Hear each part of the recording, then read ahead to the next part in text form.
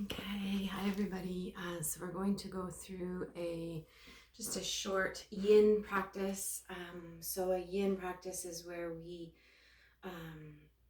set up the poses and stay in them for 2 to 3 minutes. I don't want to use the word holding a pose because we're not really looking to engage muscle more than set up the posture and let other things happen by not engaging muscle. So we're going to get a little bit inventive with our home props. If you have a block that will work for you today, a yoga block. If you don't have a yoga block, you might use a book. Perhaps you have your dictionary, thesaurus, a big something firm. You can also use a rolled up towel, and I just rolled this one up pretty tight so it has some firmness to it. We will also be using the wall a little bit, so if you have access to a chair, I'm going to use my little table here and maybe my yoga block for stability.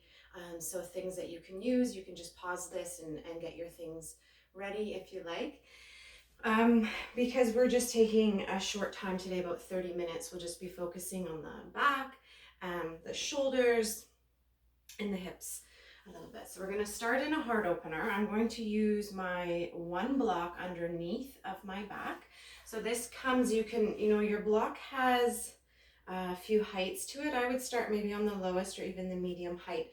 And this comes in between the shoulder blades. So it's really important that we don't have the block on the neck. And then we're also supporting the head in some way. So if you drop your head back and your head comes to the floor, that's great. You might use another little prop underneath to support the back of the head. If there's any issue with the low back, you can keep your legs bent. You can also straighten your legs. We'll be adding the option, and I'll just show you before coming into it so you're not trying to look when you're in the pose. Adding the option to bring a little shoulder, which is bringing the elbows and the forearms, hands together as you're reclined in the pose. And that will be bringing the elbows up towards the face and allowing the hands to drop back towards the floor overhead. So when you're ready, you get set up to come down onto your back. I usually start with my knees bent. If it's available to you to come down, maybe onto the elbows, finding the placement of your prop underneath the back. So think about it being behind the heart space. Getting something set up for your head, and then coming down into your heart opener. So we want the shoulders to soften to either side. We want to allow the body weight to come down onto the props. And it can be really useful to close your eyes or start to bring your awareness to your breath. So noting if it feels better to straighten or bend your legs. And where we are changing the shape of where we're breathing, it's really important to not force the breath, but rather let it come to you. Use the breath. And just get heavy. The whole idea is to be able to settle in. Yin, it can be seen these times in the postures as like a little meditation, or a great place to bring in a mantra, which is the repetition of something that is coordinated to your breath. And it could be, I am breathing in, I am breathing out. And I breathe in ease, and I breathe out tension. Whatever wording works for you, if you would like to include a mantra in this space, or just simply put your brain in a little hammock.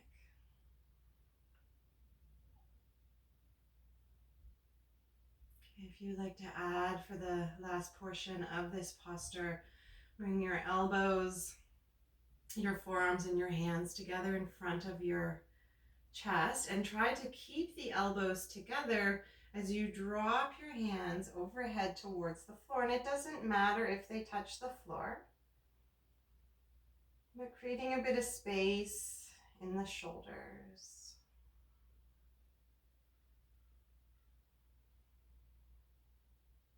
Letting the body be heavy. I'm trying to release any tension of the face.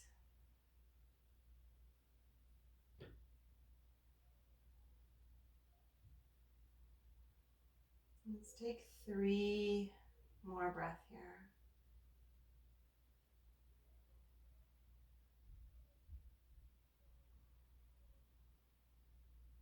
And 2 just slow, easy breath. And 1 more breath here. Carefully, you can release your hands to the floor, and we come out really careful. So for you, that might be bending the knees. You can bring the hand in behind the head if there's some core strength coming up, or maybe just rolling over carefully onto your side.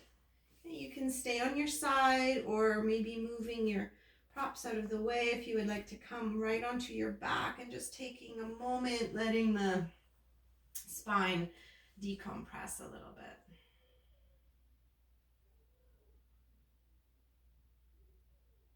Okay, we're going to stay with the shoulders and coming over to lay down on the front body. So we're going to do a little bit of work to open up across the front of the shoulders. If you wanted to have something handy, you may or may not use that underneath of your head. So we lay down in the prone position, which is on the front body. Arms come out to the sides from the shoulders. And if we start by rolling over towards that right side, head stays down. Okay, we're gonna look over to the left and try to roll onto the back of your hip. So your left arm can bend. That's gonna help direct you to roll as if you come onto the back of your hips. Okay, so this left leg might bend, foot can plant on the floor. Right leg might also bend, foot can plant on the floor. And this left arm can stay in front of you. It might reach back behind and tuck in behind, or some people can actually clasp hands for the full posture. Setting up into what works for you, letting the head be heavy. And it can be helpful in yin to send your breath to where there's tightness or sensation that is strong in the body, so that you are actually meeting what's happening in the body here. And you're trying to work with that sensation.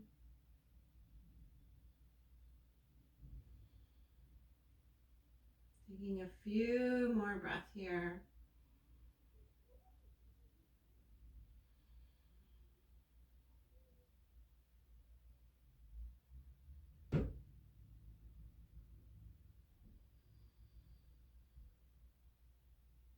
One more breath. And then slowly make your way back through center, taking whatever feels good. So before the other side, the arms might come down to the sides, or you can take some movement for the shoulders and the hips.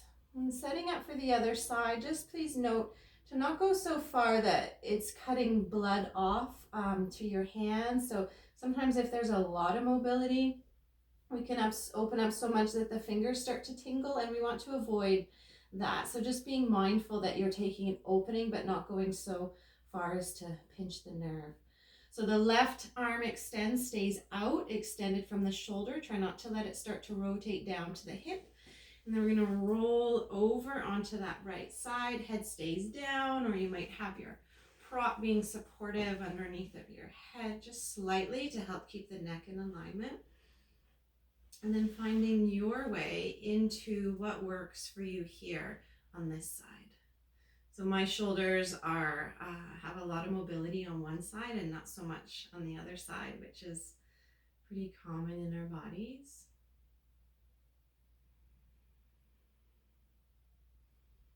Let your breath help you here. Let it guide you and serve you.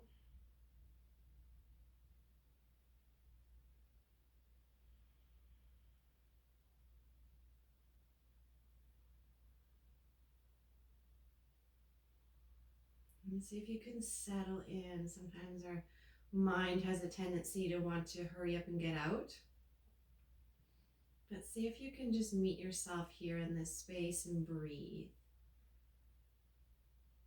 Trying to find some ease.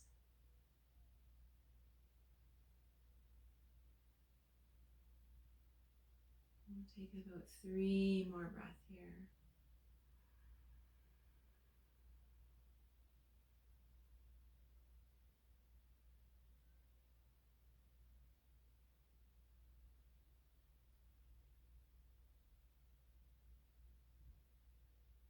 Okay, coming back onto your front body, so you can bring that right arm forward to support, lengthening the legs, and coming back down onto the front. If it would feel good, sandwich your hands underneath of your forehead, let the head be heavy. And maybe just windshield wiper the knees side to side, or find some stillness.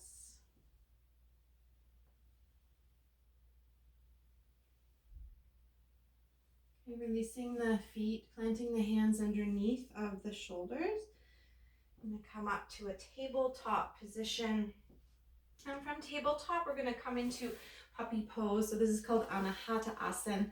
And it's when we walk the arms out. So we tent up onto the fingertips. It's quite active in that the forearms stay off of the floor. If it's too much to be on the fingertips, you can have your palms down. The idea is to kind of sway the belly down towards the floor, down towards the thighs. So we're getting a nice opening through, again, the shoulders and the top of the back. So I like to tuck my toes in this pose. You don't have to, but we do keep the hips up high over the knees and then work with that sort of melting heart sensation, as it is called in yin. So we're going to lengthen the arms forward and out about 45 degrees, as if you could kind of curl your tailbone up, start to melt your heart down towards the floor. Now we want to support the head on the floor. If it's not on the floor, you hopefully have your props handy. You can either have your chin on the floor or your forehead on your prop or the floor. Think about a nice long open channel for your breath to be moving up along the spine.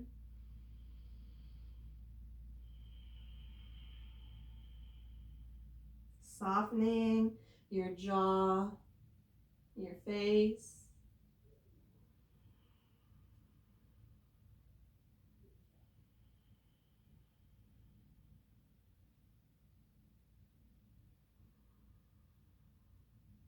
And finding your way to your breath, maybe your mantra, your repeated word or words work for you here. And seeing if you can find stillness. So a big part of our yin practice is to move away from the fidgets and all the little things that the mind wants us to do to get away from this shape.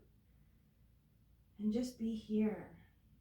Don't need to fix or go or do anything else.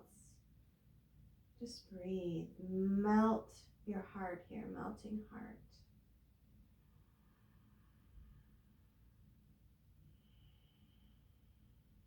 And take a few more breaths.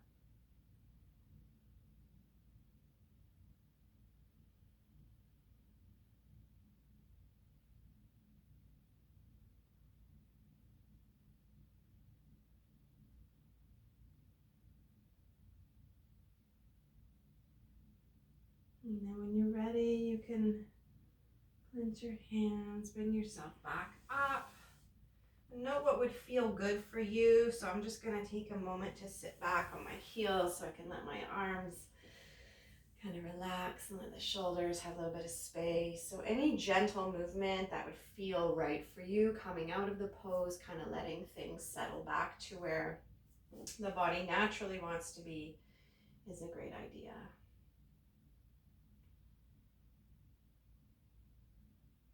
Okay, so we're going to come into caterpillar pose, which is a forward fold. It's a seated forward fold.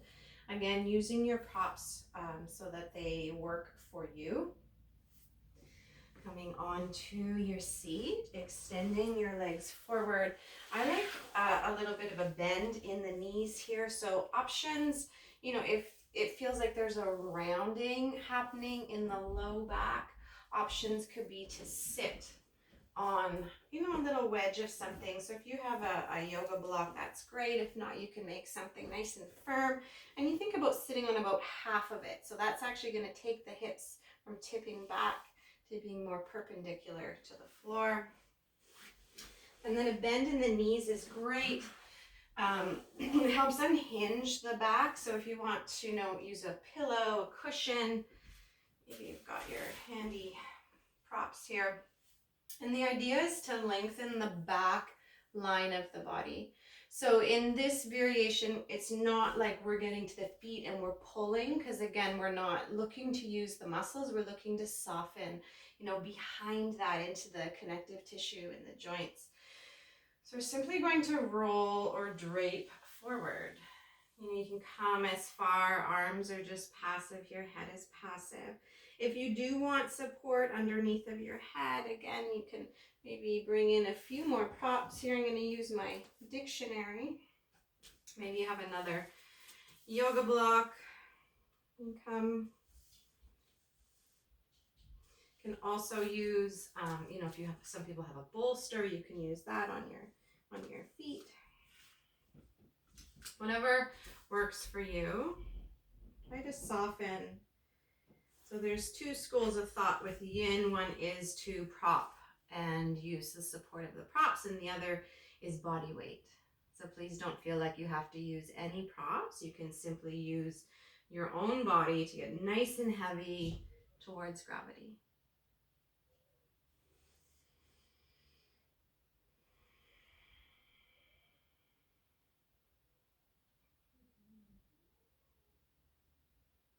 And this is you curling into yourself. So yoga is very symbolic of lots of things in life and nature, and a caterpillar pose here, just getting long and kind of long and lumpy.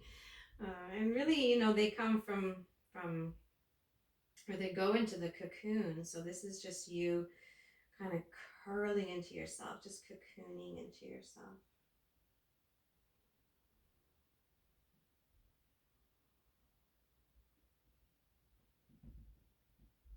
Soften everything as much as you can, your shoulders, your legs, your feet,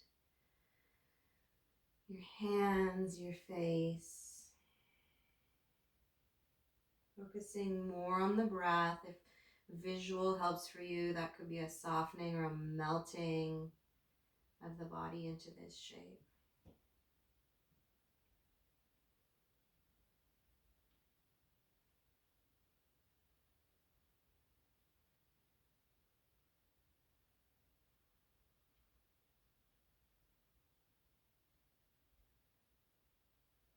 Let's take a few more breaths here together.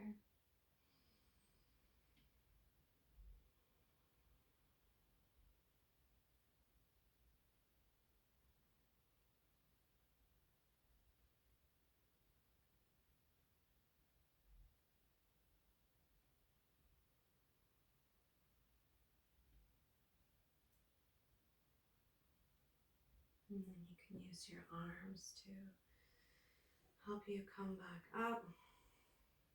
If you had your props, you can move them out of the way. And again, taking a moment to let that sensation dissolve from the body. So whatever that looks like for you.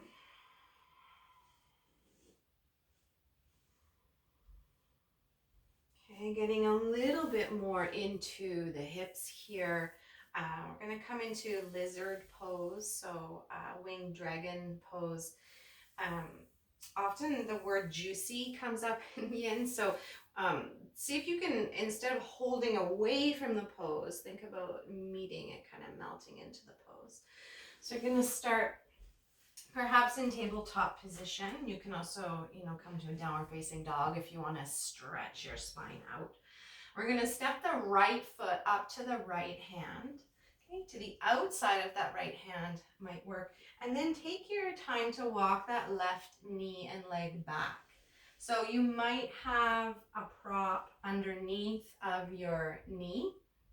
You might have a prop underneath of your hands or your arms. Okay, I will let you sort out what works for you, but we're gonna see what's available here. So I will go through some options and you can take what works for you. So here is option one. Some people even like to come into a tall dragon, which is hands up onto the thigh. So there's some length happening and the spine and the shoulders are soft. If we are down in our lizard here, winged gecko pose, we're gonna see if there's space to walk that right foot out away from the right hand and maybe turn it out about 45 degrees away from the hand. Okay, still working with options. You can stay here if that works for you, or maybe you just enjoy a few breaths. If it's available, turning out onto the outside edge of that right foot. So the big toe mound of the foot might lift, and then of course the knee goes with. So we always want the knee and the foot pointing in the same direction. You can stay here.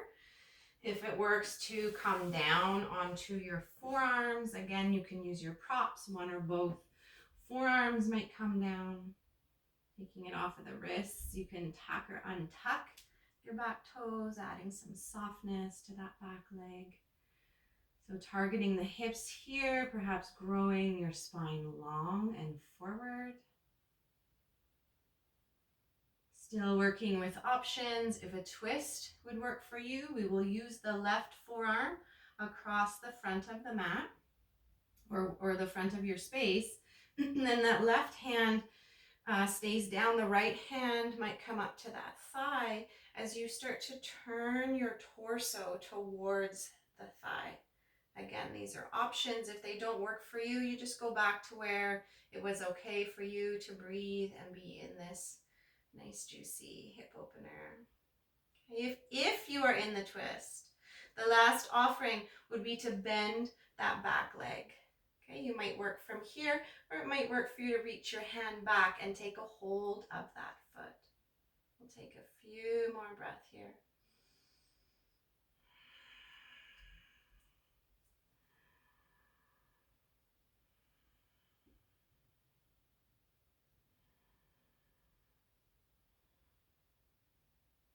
One more.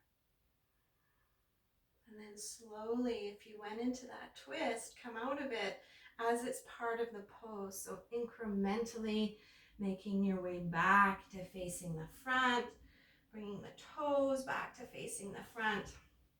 And then if it would feel good for you, you can stretch that front leg in front of you. Maybe you step it back behind you.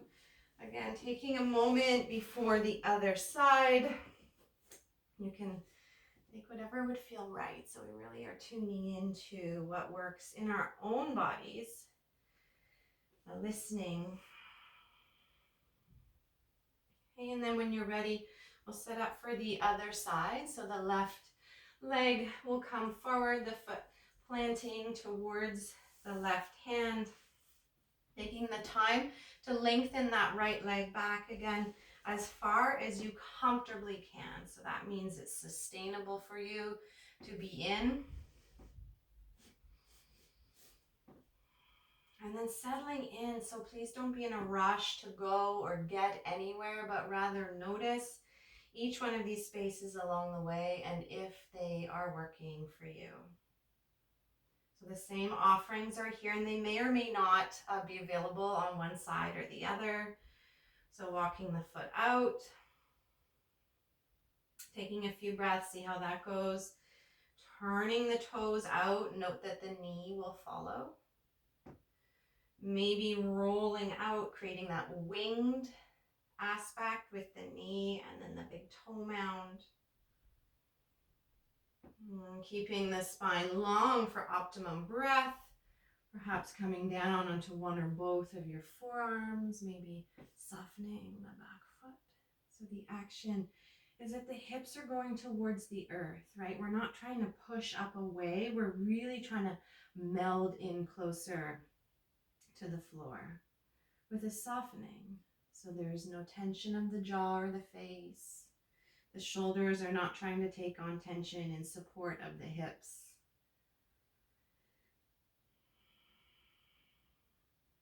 If a twist would work on this side, right forearm comes across to be supportive. Left hand can come towards that thigh as you start to twist. Maybe bending the back leg and maybe reaching back for that foot. And then taking a few breaths.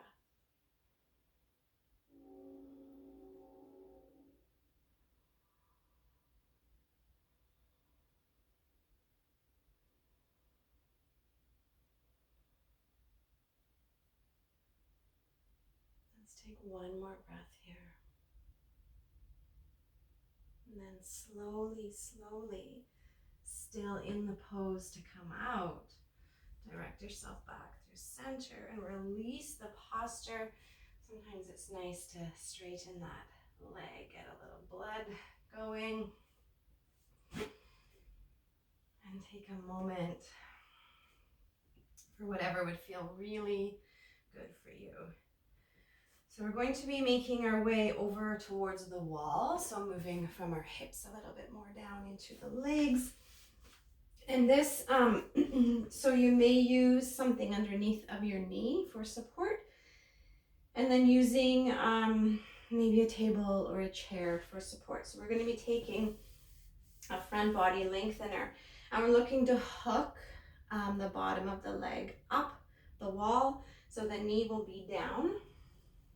I'm going to have my table in my block here for support. So I come in towards the wall. I'm going to bring my knee as close to the wall as I can. And then my low leg travels up the wall. So my foot actually goes up the wall. And you might be forward here. You know, if you're like, whoa, my quad is really tight. And then if it works for you to start to come up, we want to actually lengthen the front. We want to lengthen that quad up into the hip. So using your supports accordingly, your right foot might come back towards the wall for support. Lengthen the front of your body as long as you can breathe. Okay, if you cannot breathe, please go back to where it was okay for you to breathe and spend some time there before moving on. Soften the shoulders. Soften the jaw. And if you bring a little bit more awareness to your breath, it can really help in these moments when things can meet a lot of resistance. Okay, maybe you don't need your props. You can always bring your hands onto your hips or maybe together in front of your heart. And the idea is to lengthen the back. So action of lengthening the tailbone down to the back of the knees, drawing the hips and pelvis forward, and taking a few breaths here. You can even start to have some support with that right foot and knee.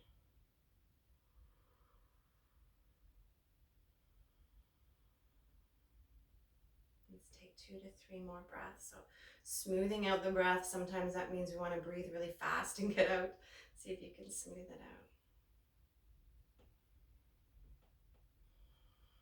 Then come on down. And gently taking what would feel okay for you to come out. So maybe a reverse action for that leg or the other leg. Okay, and then we're going to set that up onto the other side. So that first time I had my left knee down, maybe you already did that side. Okay, so we're going to tuck the knee back as close to the wall as we can. Using your prop, so you might stay forward. Okay, you might come up. And if it works for you coming up and you have a lot of space, you can also step that left foot forward. So the opposite foot might come forward.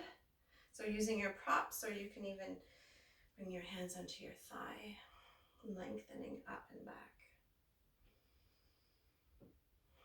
So it totally depends. You can have your props, you can see what works for you. Going to have that foot behind you.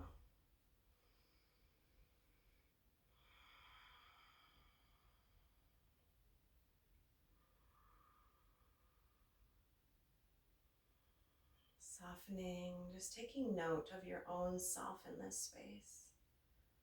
Often we will carry the tension up, kind of creeps up into the shoulders or the face, but see if you can be really mindful and just note, where it feels okay to have your arms, your hands.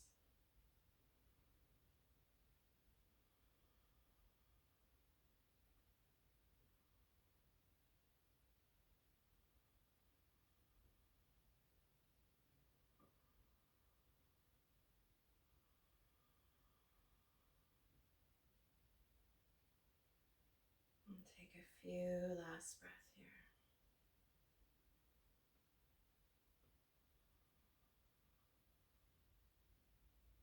And coming out as you're ready.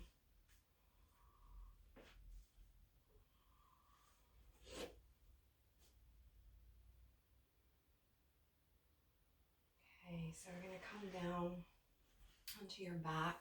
We'll be setting up for a twist, and there's a few options for a twist. One is to simply tip the knees over to the side. You can have your prop underneath or in between your knees, or you can cross one leg over the other, twisted root, as it's called in yin. So whatever works for you, just have your props handy. You might want them, because how in yin we stay for that amount of time. You can have your arms out and then choose what works for you. So you might start with your twisted root, having your left leg crossed over your right.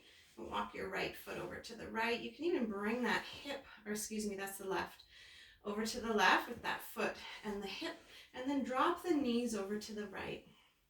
Again, your knees do not need to be on the floor, so the idea with either body weight or using your prop to support you, and a full twist has the knees going one way and the head going the other way. So only if that works for you would you bring your gaze over towards that left side and maybe even close the eyes. Letting the shoulders be heavy towards or on the earth. Again, props are great. If you had that towel roll, that might be handy underneath your right shoulder. And just let the breath move. So a twist is a really nice rinse for the spine, but we don't want to compromise the breath. We're just inviting it to find these different pathways. So without forcing,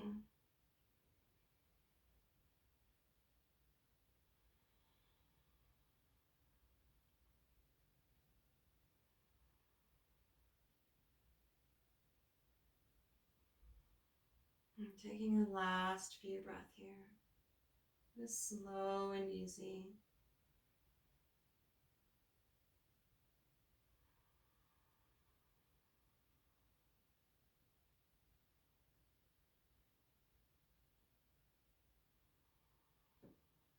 And then when you're ready, make your way back through center and take a moment at center.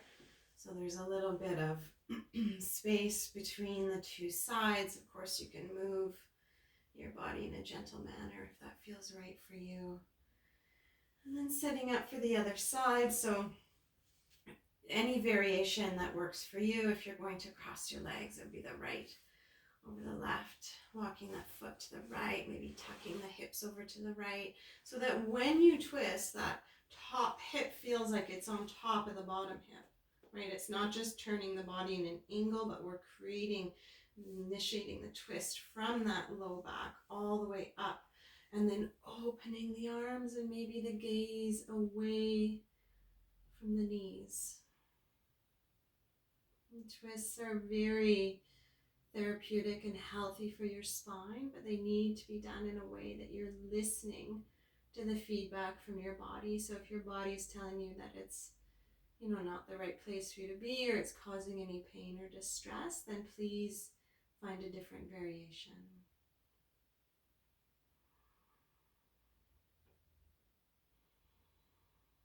Shoulders are heavy, so we're really meeting gravity with a lot of the body here, back of the head, hands, perhaps shoulders. Notice where on your back you're touching the floor and your hip. And maybe your knees, your feet. And let that get heavy.